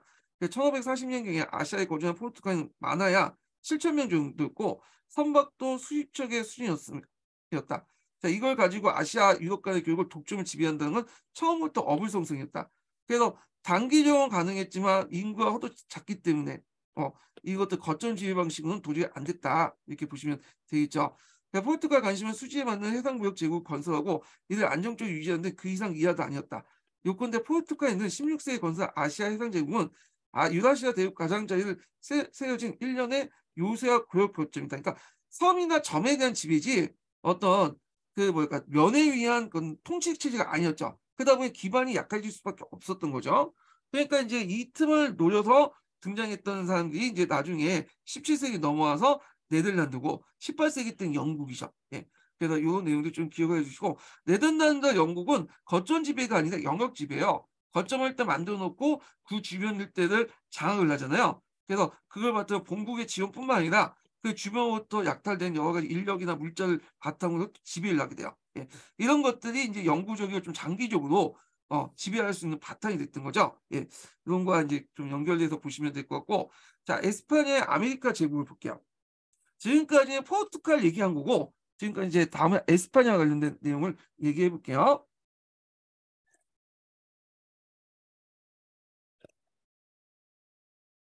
자, 에스파냐 아메리카 제국을 하기 전에 이제 마지막 인증번호 알려드릴게요. 마지막 인증번호는 59번입니다. 예, 마지막 인증번호 59번이에요. 자, 포르투갈이 아시아 쪽으로 방향을 잡았다면 에스파냐는 아메리카 쪽에 눈을 돌렸고 그 계기가 됐던 것이 콜럼버스 항이었다. 설득력이 없어 보였던 콜럼버스의 계획이 걔가 에스파냐 이사벨라 여왕이 지원하게 된 결심한 이유는 아직 분명치 않지만 여러 가지 있지만 후발 주자였던 포르투갈과 라이벌 관계였던 에스파냐가 그의 모험을 지원함으로써 이들 것이 별로 없는 대신에 혹시 운이 따르면 성공할 만하여 텅빈 국고를 가득 채울지 모른다는 생각이기 때문이다. 그러니까 이제 에스파냐 입장 올 때는 영국과 프랑스에 비해서 큰 뭐냐면 어 크진 않죠. 어 그래서 이제 얘들을 지원함으로써 이제 리스크도 없고 한 번 이제 지원을 해도 뭐 이득을 얻으면 좋은 거 아니면 많은 거잖아요. 자, 그리고 이제 이게 뭐냐면 이런 생각으로 지원해 줬다. 뭐 이거예요. 자, 두 번째로는 국내 오래된 무수인 투쟁이 이제 승리를 끌고 나가고 있던 흥분된 분위기 속에서 민족주의나 종교적 분위기에 매우 고양된 상황에서 우리한 계획도 어쩌보면 기적처럼 성공할 수 있다는 생각을 할 줄 모른다. 뭐 신앙심에 기대했다. 뭐 이렇게 있는데 제 생각에는 이게 뭐냐면 좀 약간 주관적인 이유 같아. 예.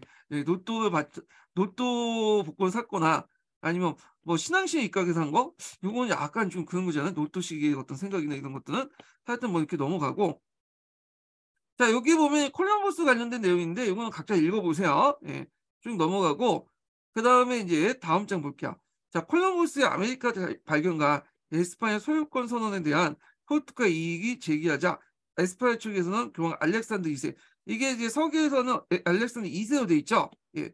근데 이 사람이 결정적으로 또 에스파냐인이야. 그러다 보니까 약간 이제 알게 모르게 이 에스파냐에 좀 유리한 결정을 해줬나 봐요. 자, 그래서 중재를 요청했다. 이에 교황은 1493년에 교령을 내려 콜럼버스에서 발견됐거나 앞으로 발견된 모든 지역을 칼스트라 땅이라고 판결하고 아조레스 제도와 그다음 카르베르데 제도의 서쪽 100라이구어에 해당하는 지점에서 남북으로 가상의 그 직선을 긋고 그 선을 서쪽은 에스파냐 영으로 속된다고 했다. 자, 이게 이제 뭐냐면 대서양 한가운데 그냥 가상의 선을 그었다고 보시면 돼요. 자, 그러니까 이에 대해서 이제 이게 좀 스페인한테 유리하니까 포르투갈이 좀 항의를 했나 봐. 그래서 포르투갈 이 분할선이 남대서양과 아프리카를 돌아 곧 개척한 항로에서 포르투갈 갖게 된 이권이 위협하다는 걸 어, 위협하는 것이기 때문에 강력히 반발했고 결국 양국은 1494년에 토르데시아 조약을 토르데시아스 조약을 체결해 카르베르데아 제도에서 서쪽으로 374구화 지점에 남북으로 상상의 선을 긋고 그 섬을 서쪽은 에스파냐, 동쪽은 포르투갈로 분할했는데 사실 이 성을 지나치게 서쪽에 그어진 것이었다. 후에 이제 포르투갈이 브라질에 소유권을 주장하는데 비밀을 제공했다. 이렇게 보시면 될 것 같아요. 자, 그래서 인제 있고 그다음에 여기 이제 에스파니인들이 왜 인제 뭐냐면 그 아메리카에 가는데 지원해 준다 뭐 그 내용인데 왜 관심을 갖나 그 내용인데 여기 한번 읽어 볼게요. 자, 에스파니아인들은 새로 발견된 대륙을 아시아에 가는 길을 가로막고 있는 장애물을 보기보다는 장차 커다란 부와 권력을 가져다줄 귀중한 잠재적 재산으로 간주하고 관심을 갖게 되었다. 자, 에스파니아의 아메리카 사업은 포르투갈과 달리 해상 무역의 제국이 아닌 영토 정복과 정주, 식민화 방향이 나왔죠. 그러니까 포르투갈 같은 경우에는 해상 무역 제국이 주 목적이기 때문에 거점만 지배하는 거죠. 경제적 목적. 근데 스페인 같은 경우는 이와 달리 영토 정복과 정주, 식민지화를 방향을 뒀어. 그래서 이 방식을 채택된 이유는 무엇보다 카리브해에서는 인도양이나 카리브해에서는 인도양에서 포르투갈이 발견한 것 같은 수십만의 대규모 교문망이 없었고, 자, 에스파냐인들 볼 때는 아메리카 원주민을 무효 복속시키고 자신의 뜻에 따라 따르는 것이 그게 어려워 보이지 않기 때문에. 왜냐하면 이제 포르투갈인들 같은 경우에는 주로 대상이 인도나 중국이나 좀 기존의 국가들이었잖아요. 그 기존의 국가들이다 보니까 기존의 국가들이 반발할 수 있잖아. 그러니까 해양 거점만 점령했던 거고 얘네들 점령 대상이었던 원주민들은 무기도 시원치 않고 저항하는 거 보니까 그냥 간단히 지나갈 수 있었잖아요. 그러니까 정복 방향을 이제 선택할 정복하는 것으로 방향을 돌렸다는 거죠. 그래서 거점 지배가 아니라 아예 그냥 통째로 먹는 영역 지배를 했다. 이렇게 보시면 되겠죠. 자, 또한 얼마 가지 않아 이곳 주민들이 기독교 복음을 한 번도 접해본 적이 없다는 사실을 분명해졌고 그들을 개종하는 사업을 에스파냐인들이 아메리카에 계속 머물러 있는 것을 정당한 명분으로 제공해 줬다. 예, 이렇게 보시면 될 것 같아요. 예. 그래서 이제 여기에서 이제 내용이 콜럼버스 항로에 대해서 발견에 대해서 이제 뭐 의견인데 콜럼버스가 이제 오면서 원주민들이 많은 해를 끼쳤다. 그러면서 여기에서 그 관련된 내용이거든요. 한번 읽어볼게요. 요거는 역교동 예전에 관련돼 갖고 한번 시험 문제 나왔어요. 비판적 읽기와 쓰기 관련돼 갖고. 자, 그 20세기 중반까지 콜럼버스가 이룬 업적은 가치와 위대함에 대해 유물을 푸는 유럽은 거의 없었다. 즉 그는 편견을 가득 차고 잘 알지도 못하면서 떠드는 수많은 적들이 쳐놓은 온갖 장애물을 극복하고 자신에게 주어진 신성한 값을 완수한 위대한 영웅으로 간주되었다. 그러나 2차 세계대전이 가진 엄청난 정치적 경제적 변화와 전쟁이 촉발한 반식민지 혁명이 일어나고 난 후 발견가 그 발견이라는 것은 이제 뭐냐면 서양인들 입장에서 발견이 된 거죠. 원래 있었던 원주민들은 원래 살았던 거고 그것이 가져다 준 영향에 대해서 새로운 관점들이 나타났다. 보통 추방된 자들의 관점. 이 추방된 자의 관점은 어떤 사람들이 원주민들의 관점이잖아요. 자, 알려진 이 견해에 따르면 발견가, 유럽인들의 발견과 그 속병 정복은 아메리카 원주민들에게 이루 말할 수 없는 재앙이었다. 그러니까 유럽인들이 가지고 오는 역병, 패스트나 이런 것들, 가혹한 착취, 그로 인해서 사회조직 붕괴와 삶에 대한 위협의 상실 등은 인류 역사상 가장 파괴적인 인구 재난을 가져왔다. 그래서 그때 이제 많은 원주민들이 죽었잖아요. 거의 90% 넘는 원주민들이 이런 홍역이라든지 패스트라든지 그다음에 뭐 천연두 때문에 이렇게 떨어져 나갔잖아요. 그래서 이제 그걸 대신하고자 이제 노예 무역으로서 흑인들을 가지고 가서 시켰잖아. 자, 하여튼 1575년 아메리카 원주민의 90% 95% 감상을 추정한다. 이렇게 있죠. 그래서 이 추정된 내용이 예전에 시험문이 나왔고 그 대신에 이제 뭘 했냐? 흑인 노동력을 가져와서 일을 시켰다라는 것이 예전에 기시문에 나왔죠. 교과서에도 있고. 최근에 뭐 총준세라는 작품에도 그게 잘 나와 있더라고요. 예. 자, 하여튼 이렇게 있고 초창기 때 이제 아메리카 영토 지배는 이 정복자들에 의해서 주도했어요. 이 정복자들은 자기 개인 사비나 이런 것들 터가지고 간 사람들이야. 국가의 지원을 받지 않고 그러다 보니까 이제 스페인 입장에 볼 때도 얘들에게 어느 기득권을 이제 뭐냐면 보호해 줄 수밖에 없잖아요. 그래서 초창기 때는 얘들의 기득권을 보호해주고 얘들에게 땅을 이렇게 분배하고 거기에서 나온 이제 공나물이나 그 당시 원주민들의 어떤 노동력을 징수할 수 있는 권리, 에코미안다 같은 것들 약속을 했죠. 자, 그 내용 볼게요. 자, 그래서 1520년 이후 약 30년 동안 직업적 정복가들, 이 콩키스타도르의 시대라고 할 수 있는데 대부분 정복 사업에서 국왕이나 국가는 형식적인 주체에 불과했고 실제 정복은 사적인 민간인 집단들에 의해 그들 자신의 비용으로 수행됐다. 국왕은 다만 그 사업을 허가하고 그 허가에 대한 조건을 제시한 권리를 가지고 있을 뿐이다. 이렇게 했죠. 자, 아메리카 본토에 살아간 그 정복자 가운데 가장 중요한 인물은 그 어 가장 강력한 아메리카 원주민 왕국이었던 아즈테크 제국과 이집 잉카 제국을 정복한 코르테스와 프란시스코 피사로다. 이렇게 보시면 되죠. 그래서 이제 코르테스는 이제 아즈테크 제국을 정복을 했고 피사로는 잉카 제국을 이제 정복을 했죠. 그래서 코르테스는 1519년 말 16필 말 16필과 총풀 몇 자로 그다음에 600명이 이루어진 원정대를 이끌고 멕시칸족을 이제 뭐냐면 지배한 아즈카 제국을 정복했다.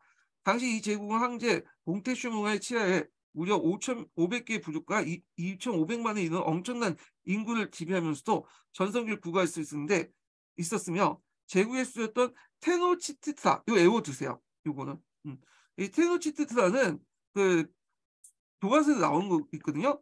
고도 도시 되게 고온에 세워진 도시예요. 예, 해발고도가 되게 높다고 하거든요. 요게 오늘날 멕시코 시티죠. 이 멕시코 시티. 그래서 호수 가운데 세워진 도시라고 해요. 자, 하여튼 이 테노치티트라는 대략 25만에서 50만 정도의 인구를 거주하는 세계적인 대도시였고요. 약 10년 후 피사로는 코르테스 원정대보다 더 적은 인원인 180명과 말 27패를 가지고 무려 1600만 명의 인구를 통치하고 있는 페르 잉카 제국을 정복했다. 자, 그래서 이 정복을 통해 막대한 양의 기금속과 전리품을 획득했다. 자, 기금속을 전리품을 획득했다. 이렇게 있고요. 자, 그처럼 소수의 유도민들이 강대한 제국을 단기간에 정복한 역사는 전무후무한 일이다. 자, 정복 과정에 유도민들의 우월한 군사적 기술과 도구가 매우 중요한 역할을 했다. 여기부터 이제 뭐냐면 이들이 왜 쉽게 정복당했나 그 내용이에요. 원인들. 자, 첫 번째가 이제 유도민들이 갖고 있는 무기들을 들 수 있죠. 또 두 번째가 뭐냐면 원주민 자신의 정치 분열과 교묘하게 이루한 정복자들 전수였다. 그러니까 원주민들이 아무리 그 뭐냐 돌도끼나 이런 걸 갖고 있더라도 똘똘 뭉쳤으면 수적으로 많기 때문에 위로 붙일 수 있는데 이 원주민들 안에서도 뭐냐면 이게 분열이 있었어. 특히 이제 아지트 제국이나 잉카 제국 제국주의 정책을 펼치면서 그때 많은 피정복민들에게 너무 가혹한 짓을 많이 했기 때문에 이런 피정복민들이 누구하고 붙은 거야? 백인 정복자들과 손을 맺게 된 거죠. 예. 그래서 이제 이런 것들이 이제 있죠. 그래서 아지트과 잉카 제국 지배자들은 자신의 지배 영역을 확대하는 과정에서 제국 내 불만을 품은 다수의 적대 세력을 만들어 놓고 있었는데 이들은 기꺼이 백인 친입자 동맹이 되어 주었다. 자, 원주민의 저항 또한 유도민들이 가진 질병, 앞에 천연두적 이게 아마 큰 타격이었는데 인구의 거의 90%를 죽였다고 하죠. 그 다음에 원주민 지배층의 우유부단 태도 때문에 더 악화됐다. 이거는 좀 약간 주관적인 견해 같고 제 생각에는 강력한 무기 그리고 원주민 세력과 분열 그 다음에 이런 질병 이런 세 가지 원인으로 볼 수 있을 것 같아요. 제 생각에는. 자, 그래서 이제 코르테스와 피사로는 정복한 제국부터 엄청난 양의 기금속을 탈취했고 그는 놀라운 성취는 다른 예비 정복자들의 어떤 역할 모델을 제시했죠.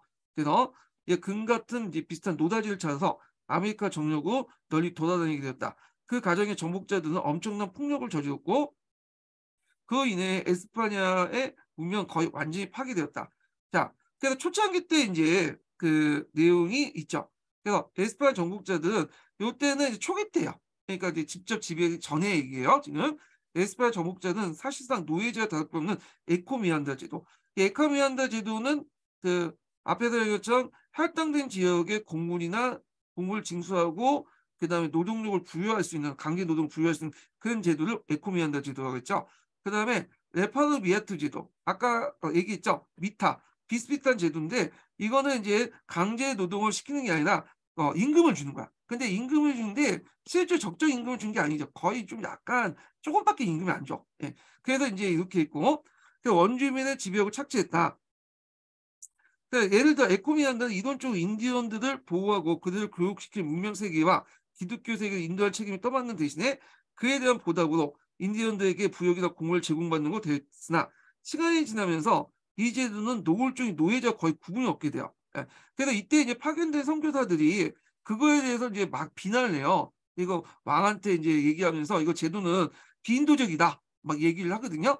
결국에는 왕도 자 보니까 처음에는 내버려뒀어. 어차피 애들이 투자를 했고 자기 돈을 갖기 때문에 형식상 승인을 해 줬는데 왕이 이제 요직을 먹고 싶은 거야. 그러니까 이제 얘 말 듣고 '아 이거 안 되겠다.' 생각해서 인제 어떻게 돼요? 이 봉건적인 제도를 폐지하고 자기가 직접 통치하겠다 그 생각을 하게 되죠. 그러면서 이제 앞에서 인제 말하는 이 에코미한다 제도를 폐지시키고 인디아 쓴 신법을 만든 거야. 그 에코미한다 제도를 해서 거의 노예와 비슷하다고 했잖아요. 그러니까 원주민을 노예로 삼는 걸 금지시키는 그리고 원주민들의 어떤 삶을 개선시키는 그 인디아 쓴 신법을 이제 만들게 되는데 그 전후로 이제 본격적으로 인제 중앙 정부가 이제 에스파냐 스페인 중앙 정부가 그 갈리도 파견하고 이제 통치를 하게 되죠. 직접 지배 형태로 전환이 되게 돼요.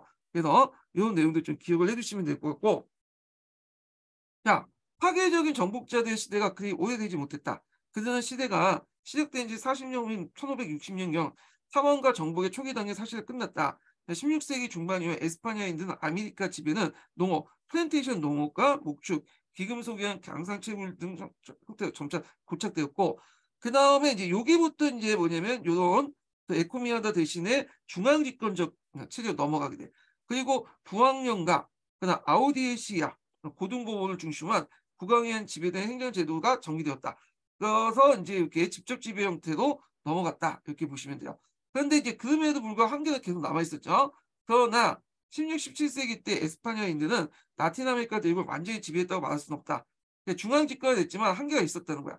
그래서 포르투갈 아시아의 해상 제국보다는 원주민과 영토 지배가 더 강하긴 했지만 상대적으로 볼 때 실제로는 그들이 통치가 확립된 것은 중국 멕시코에서 칠레에 이르는 지역과 카리브해 몇몇 성들 그리고 몇몇 고립된 지역에 불과했다. 그래서 어느 정도 영역은 확보했지만 그 거점에서 벗어나 영역을 확보했지만 완전하게 100% 지역을 확보한 건 아니다. 그래서 어떤 이제 해안가에 있는 지역을 중심으로 확보했어요. 그래서 대개 보면 지금도 있죠. 남미에 가 보면 해안 지역에 도시들이 밀집돼 있고 인구도 집중돼 있었거든요. 그 이유가 뭐냐면 다 이유가 있어. 그 안쪽에 들어가면 고온지대거나 아니면 이제 브라질 같은 게 좀 안쪽에 들어가면 뭐예요? 산림, 아마존 같은 밀림 지역이잖아요. 그런 데까지 들어갈 수 없었던 거야. 그런 데. 그래서 그런 지역이 상당한 비중이 많이 크잖아요. 근데 그런 지역을 아직도 원주민들이 계속 있었고 지금도 원주민 계속 살고 있죠. 예. 그래서 한계가 있었다. 지역이나 이런 해안 지역을 중심으로 이게 통치를 했다. 바닷가의 해안 지역을 중심으로 이런 것들 기억을 해 두시면 될 것 같아요.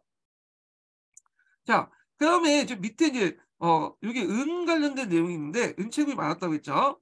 특히 중국에서 인제 은을 상당히 중요시 여기기 때문에 이때 많은 은들이 중국으로 다 건너갔어요. 여기 보면 1540 년대 에스파냐인은 지금의 볼리비아 요건 제대로 되어 있네요. 여기는 앞에서는 멕시코로 되어 있는데 서기에서는 볼리비아 이렇게 보시면 돼요.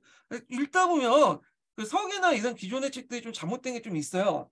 그러니까 뭐 의견이나 배경이나 관점은 그냥 인정해 줄 수밖에 없겠죠. 근데 팩트 자체가 틀린 게 많아, 팩트 자체가. 예. 그런 것들은 짚고 넘어가야 돼. 예. 그걸 그대로 외워 가지고는 틀릴 수가 있어. 팩트 자체는 솔직히 말해서 이거는 이제 뭐 아무리 서기에 적혀 있더라도 팩트가 틀리면 이건 틀린 거예요, 이거는요. 예. 그래서 이 팩트는 꼭 팩트 체크는 하고 넘어가셔야 돼요.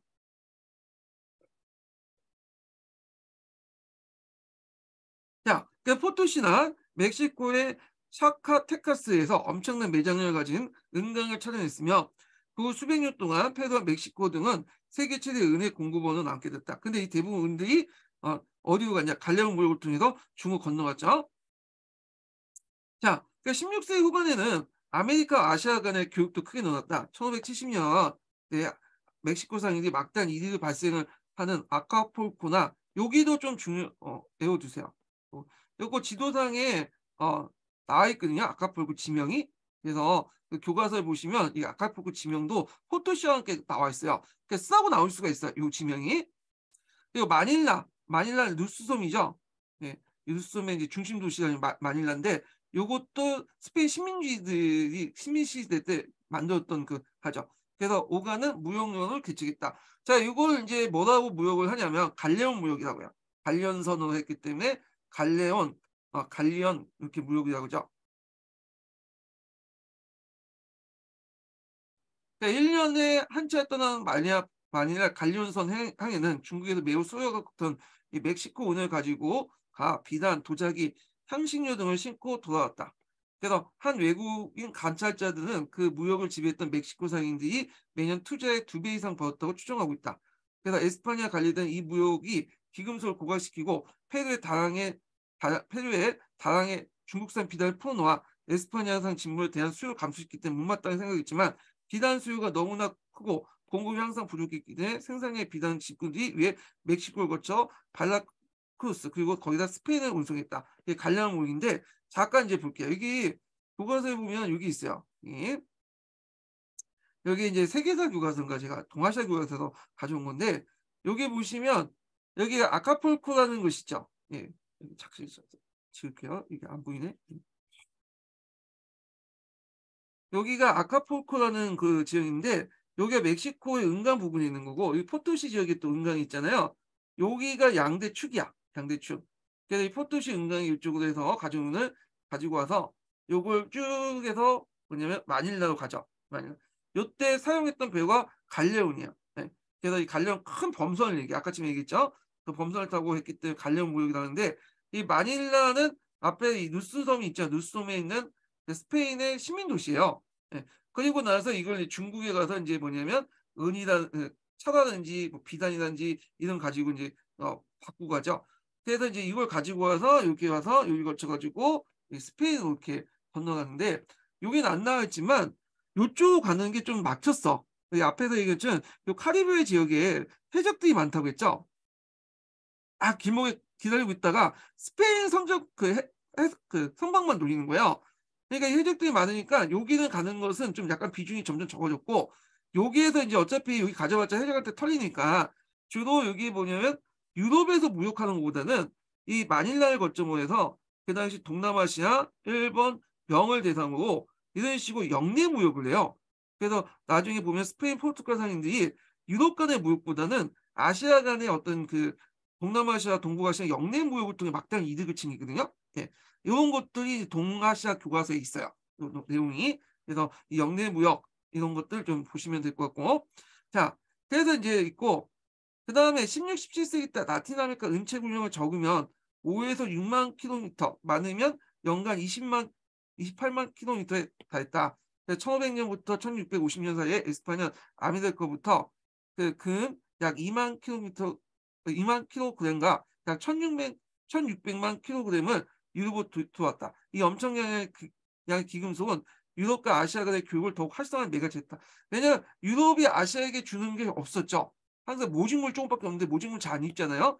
그러다 보니까 아시아에 막대한 이제 차나 비단이나 도자기 이걸 가지고 오려면 뭔가 수익을 적자를 메꿀 수 있는 것이 필요했잖아. 그러니까 은과 금을 가지고 이걸 메꿨다는 거야. 초창기 때. 그래서 이런 과정에서 이제 유럽에서 막대한 또 부를 축적을 하게 되고 이런 것들이 나중에 또 산업혁명의 어떤 배경이 되죠. 예. 그래서 세계가 긴밀하게 연결되어 그 과정에서 새로운 경제적, 정치적 구조가 쌓여졌을 때 이것을 원활하게 만들어준 것은 기금속과 화폐였다. 자, 이 역할을 아메리카 은이 충실히 수행을 했다. 유럽의 막대한 적자를 아메리카 은으로 메꿔주면서 유럽과 아시아의 지속적인 무역을 가능케 했던 것들이 아메리카 은이었다. 이렇게 보시면 될 것 같아요. 그래서 요컨대 아메리카 기금속의 홍수는 근대적 세계의 경제 추진의 기반을 마련해 줬으며 한 역사가 발전 그건 세계를 돌면서 세계를 돌아가게 만들었다. 그래서 이제 오리엔탈리즘의 어떤 비판할 때 썼던 관점이 역변화하고 연결시켜서 보시면 될 것 같아요. 자, 그리고 아메리카에서 에스파냐의 지배가 시작되고 나서 처음 한 두세 기 동안은 가장 충격적인 현상 가운데 하나가 인구 인구의 급속한 감소였다. 그래서 이제 인구가 상당히 감소했죠. 그래서 이제 그 원주민에 대한 에스파냐인들의 학대가 주요 원인 가운데 하나이긴 하지만 그보다 더 중요한 요인은 명령이 없는 원주민들 사이에 들불처럼 확산된 천연두와 홍역 같은 유럽의 질병이었다. 총균세라는 작품에서 나오잖아요. 이게 책에서. 그래서 아메리카 원주민들은 전염병이라는 아예 모르고 살았으며 당연히 명령이 없었다. 그래서 한두 번이 돌면 사망자 걷잡을 수 없이 늘어났다. 그래갖고 이제 인디언 인구의 이런 급속한 감소는 결국 플랜테이션인가 강산에 이란 새로운 노동력의 필요성과 함께 약 1000만에서 1500만에 이르는 아프리카인들이 대서양을 건너편으로 끌어와 근대사의 최대 비극의 하나로 만들었다. 그래서 이건 이제 상강무역을 통해서 끌려온 거잖아요. 예. 요 내용이 이제 뭐냐면 예전에 시험 문제 나왔죠. 그래서 이제 이때부터 인디언들은 이제 뭐냐면 보호의 대상이 되는 거야.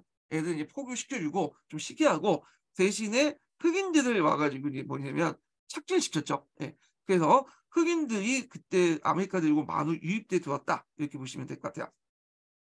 그리고 아메리카의 정복은 또한 옥수수, 감자, 토마토 등 비롯한 수많은 신세계 작물들이 유라시아 대륙 전역으로 확산되어 세계인의 식당을 풍부하게 만들어주고 인구 증가에 가져온 요인이 되었다.